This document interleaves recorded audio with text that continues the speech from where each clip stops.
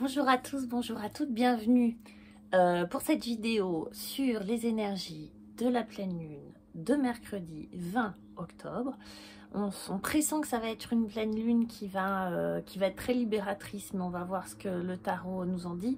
Et aussi le symbolone que j'interroge pour avoir les énergies, une énergie principale pour nous guider un petit peu dans ce tirage-là. Et on a, qu'est-ce qu'on a? Une énergie qui est très jolie, qui est celle-ci. Taureau, le cancer, on a la lune. L'image parle d'elle-même. C'est une pleine lune dans laquelle on va de nouveau pouvoir s'apaiser, prendre soin de nous.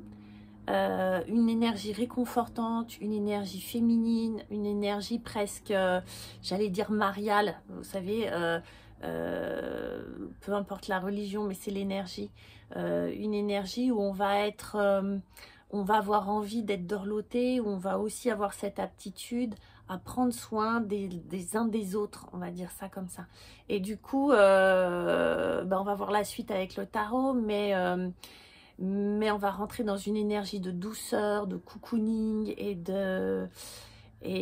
on le voit avec ces trois figures féminines, même si elles se regardent dans un miroir, vous voyez, elles sont différentes, mais c'est tous ces aspects féminins, que ça soit la mère, la fille, la femme, qu'on soit homme ou femme, hein, mais de se reconnecter à ces énergies du féminin. On va aller voir avec le tarot et ça saute, évidemment. Évidemment, ça saute, ça va, c'est le soleil qui a sauté, donc tout va bien.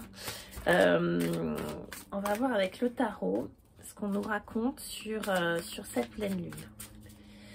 Alors, l'énergie dans laquelle on va se trouver, notre énergie principale, notre point de départ, c'est la justice. Alors la justice, là, surtout dans ce tarot-là, vous voyez, en plus on a du rose bonbon. La justice dans ce tarot-là, c'est vraiment la recherche d'équilibre.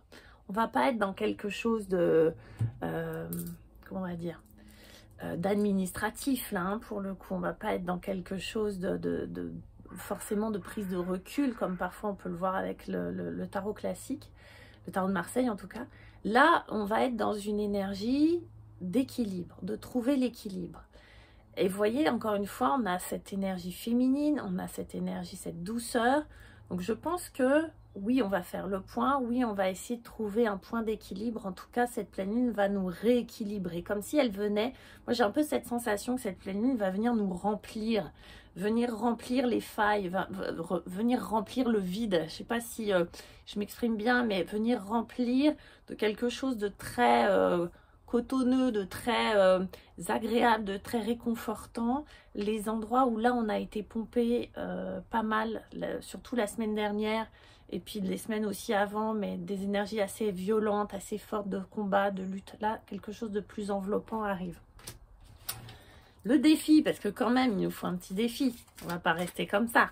Le défi de cette pleine lune, voilà, de cette énergie-là, que va-t-il être? Le soleil, vous voyez, tout à l'heure, il est sorti, mais il a sauté, mais il veut revenir. Le soleil. Le défi de la pleine lune, c'est le soleil. C'est drôle, ouais, ben c'est un peu ça, ok. Donc le soleil, c'est normalement une carte extrêmement positive. On fait la lumière, on se réchauffe, surtout celle-ci. Celle-ci veut vraiment nous parler de faire de la lumière, hein, de voir les choses sous un aspect très cru finalement. Et le défi, ça va être ça. C'est peut-être de mettre ça un peu de côté. Pour moi, c'est comme ça que je le ressens. C'est-à-dire que d'être dans quelque chose qui n'est pas forcément une recherche de la vérité absolue ou de faire de la lumière absolue sur les choses, d'être dans sa vérité à soi-même, en tout cas de ne pas forcément éclairer les choses avec cette lumière crue, froide, qui peut être le soleil, cette lumière brûlante, vous voyez, de ne pas se brûler à la lumière de cette vérité. Dans le soleil, effectivement, son défi, c'est effectivement de faire la lumière, mais autrement, de manière plus subtile, moins crue. C'est la pleine lune.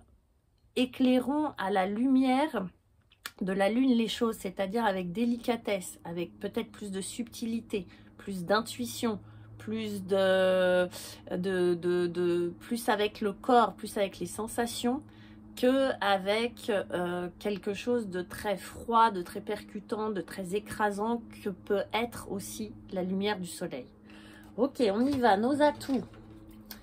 Ce que ça va nous apporter, ce qu'elle peut nous apporter cette pleine lune comme atout, comme réconfort, comme capacité, comme ressource.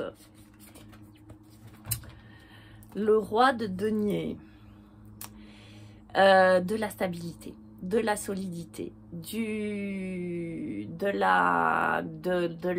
comment on va dire ça, de la fiabilité, de l'assurance, du solide, d'accord, et aussi du solide matériellement.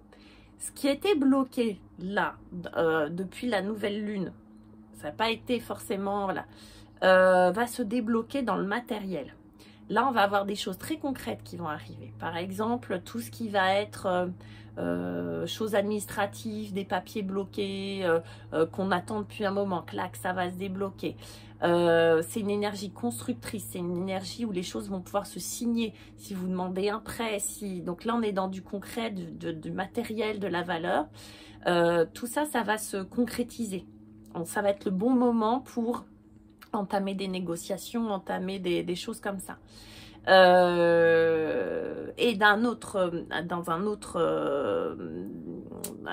à propos d'un autre sujet, en tout cas, dimension, en tout cas, le roi de denier va nous parler de nous et de la valeur qu'on donne aux choses et de notre propre valeur. Donc, il y a aussi ça. Il y a aussi la valeur qu'on va se donner et la valeur que l'on va donner aux choses.